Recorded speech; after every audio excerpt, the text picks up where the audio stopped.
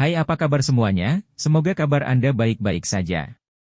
Terima kasih karena sudah memberikan support dan juga kesetiaan Anda untuk membangun channel Codot Film. Yuk kita lanjutkan alur ceritanya, sambil siapin kopi dan cemilan, setting suara volume full. Gasken. Keberadaan Feng Zunze. Gelombang sonik pasang tikus yang datang dari segala arah benar-benar tersebar. Akhirnya, mereka menyebar ke semua tempat dengan cara yang kacau. Dalam sekejap, hutan di sekitar tangga batu rusak. Gelombang sonik itu seperti bilah yang benar-benar memotong banyak pohon tepat di tengah-tengah suara, swash-swash. Xiao Yan melihat gelombang sonik pasang tikus yang menghadapi kekalahan total dari langit. Dia juga sedikit tertegun. Hatinya mengerti dengan jelas bahwa alasan dia bisa mencapai efek seperti itu kemungkinan besar karena benang aura naga yang dia peroleh dari pil naga misterius Xinyang. Jika tidak, hanya dengan level auman hancur emas harimau singa, sudah pasti tidak mungkin untuk mencapai efek yang begitu mengejutkan bahkan jika itu bisa melawan gelombang sonik yang hebat. Saya tidak pernah menemukan manfaat seperti itu selama pertarungan saya dengan manusia. Aura naga ini tampaknya menimbulkan kerusakan yang lebih besar pada Magical Beast. Tatapan Xiao Yan menyapu sekeliling tangga batu. Dia mulai gemetar saat menemukan tikus penelan emas yang tak terhitung jumlahnya. Kekejaman dari sebelumnya telah benar-benar lenyap. Jelas, raungan itu telah menyebabkan kerusakan yang signifikan bagi mereka. Xiao Yan memeluk pinggang sempit Nalan Yanran. Dia ragu-ragu sejenak sebelum akhirnya bergerak. Setelah itu, dia bergegas ke puncak gunung tanpa ada halangan. Baru kemudian dia dengan lembut menurunkannya. Pada saat ini, peron dan puncak gunung benar-benar sunyi. Tidak ada yang menyangka bahwa Xiao Yan akan memilih metode paling sengit untuk menerobos pos pemeriksaan.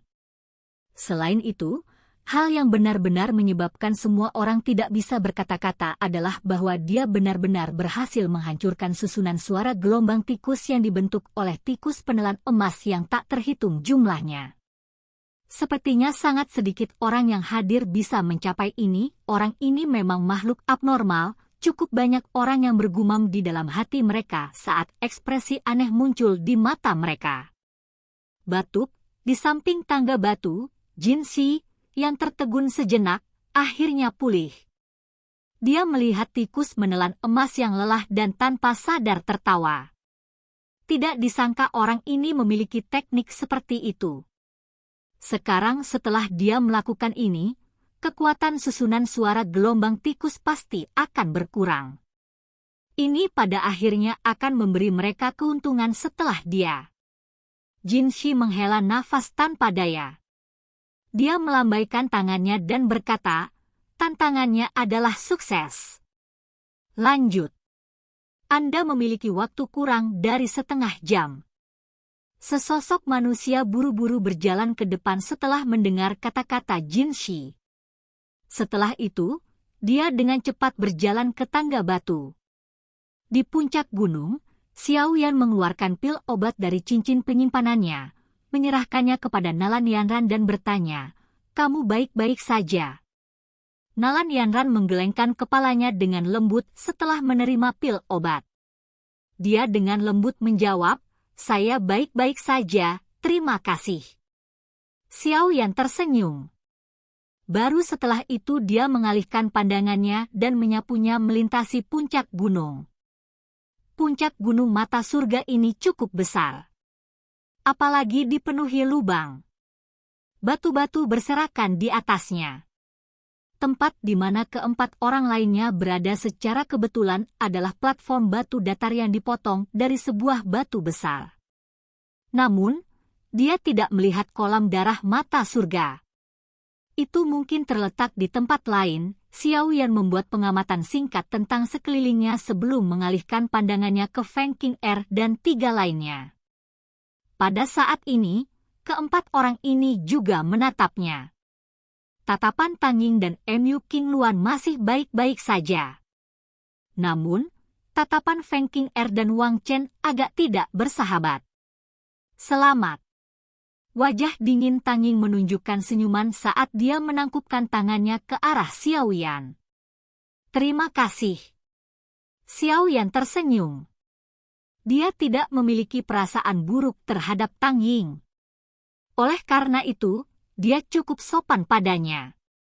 Dia benar-benar mengabaikan Feng Qing'er dan Wang Chen di sampingnya. Pengabaian total semacam ini juga menyebabkan rasa dingin di mata mereka menjadi lebih padat. Mata Mu Qingluan di samping melihat ke arah penantang berikutnya di tangga batu sebelum mengalihkan pandangannya setelah melihat ada sedikit ketegangan. Dia mengamati Xiao Yan dengan sedikit minat dan dengan lihai bertanya, tingkat penguasaan apa yang telah dicapai gerakan 3000 petir? Mu Qingluan benar-benar menanyakan pertanyaan seperti itu di depan Feng Qing'er. Jelas, niat Mu Qingluan adalah membuatnya merasa tidak bahagia.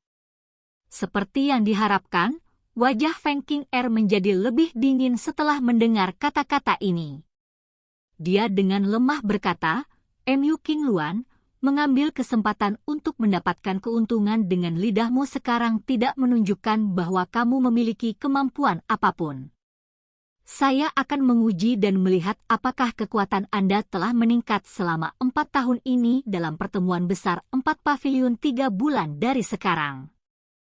Mu Qingluan mengangkat sudut mulutnya dan tersenyum sambil menjawab, saya agak menantikannya. Saya ingin tahu apakah keberuntungan dari babak terakhir akan muncul lagi pada Anda.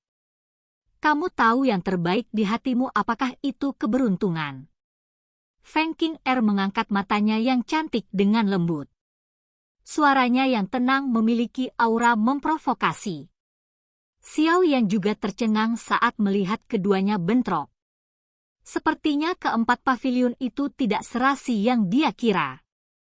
Namun, dia juga merasa sangat senang bisa melihat Feng Qing'er menderita kerugian.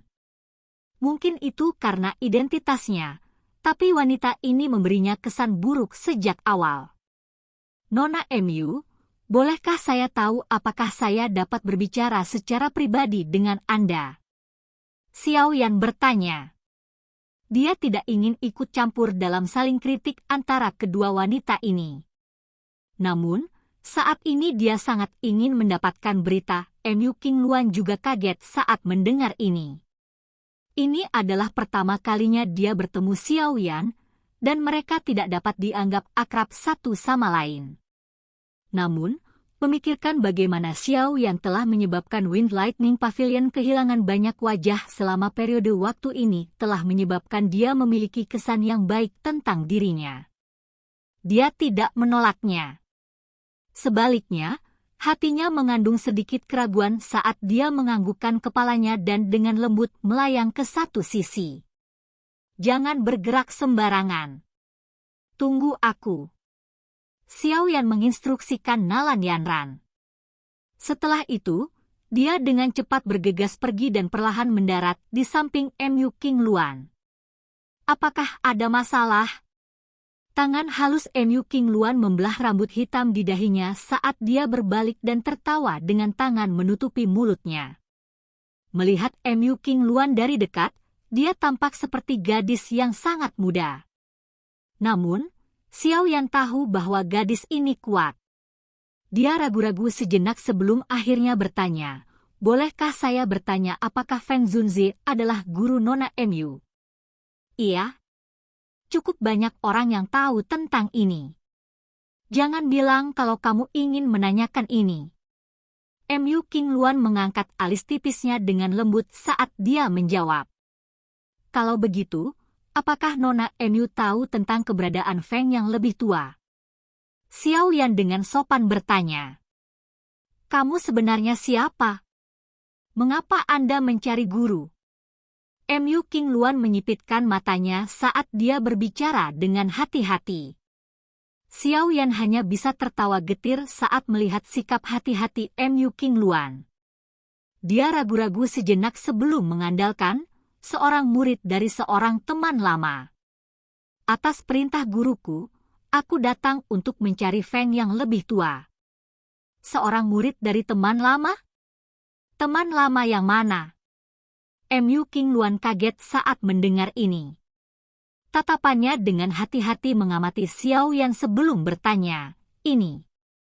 Nona Feng akan menyadari hal ini di masa depan.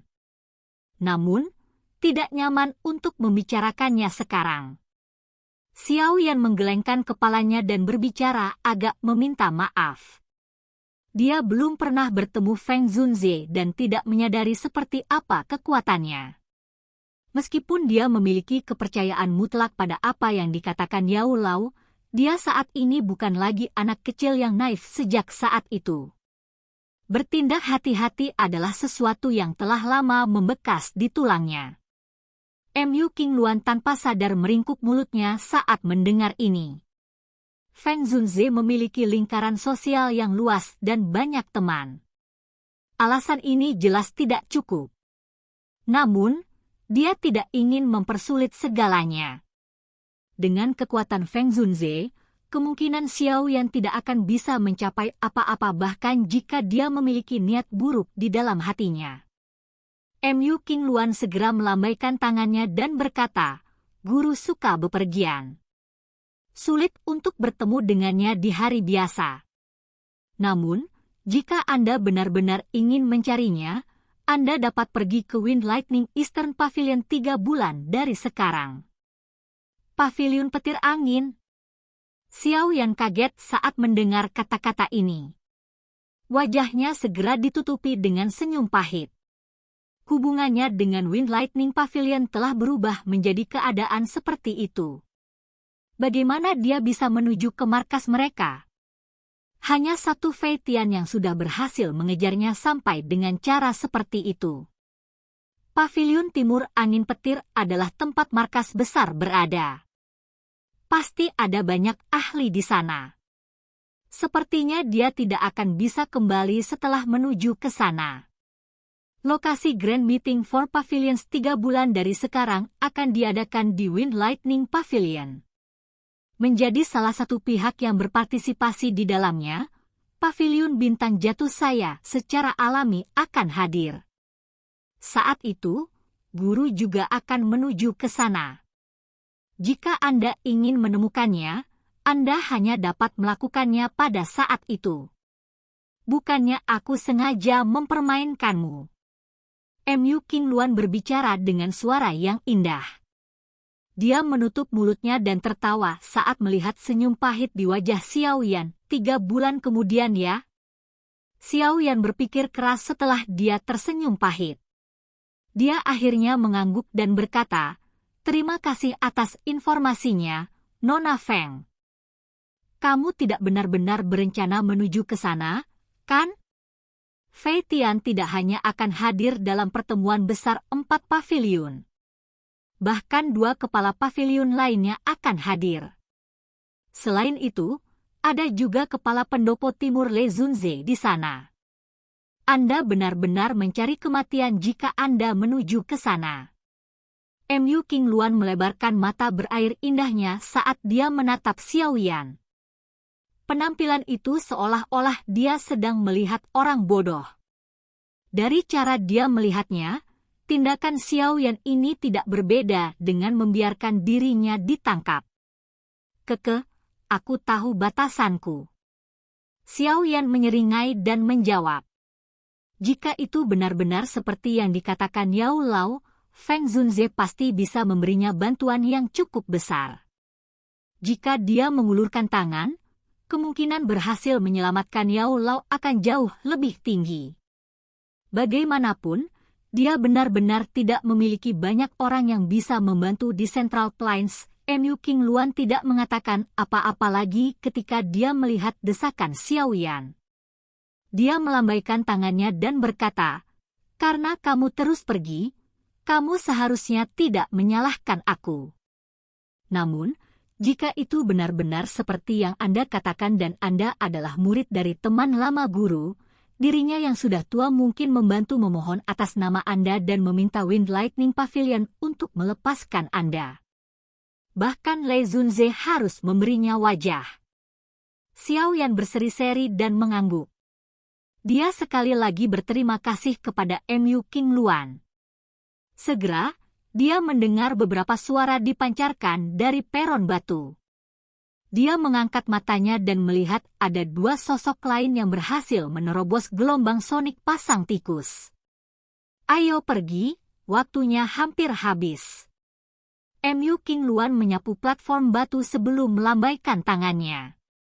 Dia baru saja berbalik ketika dia ragu-ragu sejenak. Akhirnya, dia berkata, "Itu benar. Aku akan mengingatkanmu.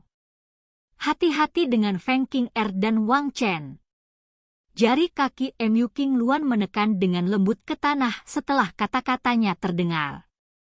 Setelah itu, tubuhnya dengan lembut melayang ke depan sebelum mendarat di atas batu. Xiao Yan mengangguk sedikit saat dia melihat sosok Mu King Luan. Tatapannya segera melirik Feng King Er dan Wang Chen tanpa meninggalkan jejak apapun. Ada kilatan dingin samar berkedip di matanya. Akan baik-baik saja jika mereka tidak ikut campur dengannya. Jika mereka benar-benar memilih untuk menjadi bodoh, dia akan memberitahu mereka bahwa dia, Xiao Yan, bukanlah seseorang yang dapat dimanipulasi orang lain secara acak. Silahkan pergi ke. Oke guys, jangan lupa like, comment, share, and subscribe di channel Codot Film. See you next video, peace out and bye-bye.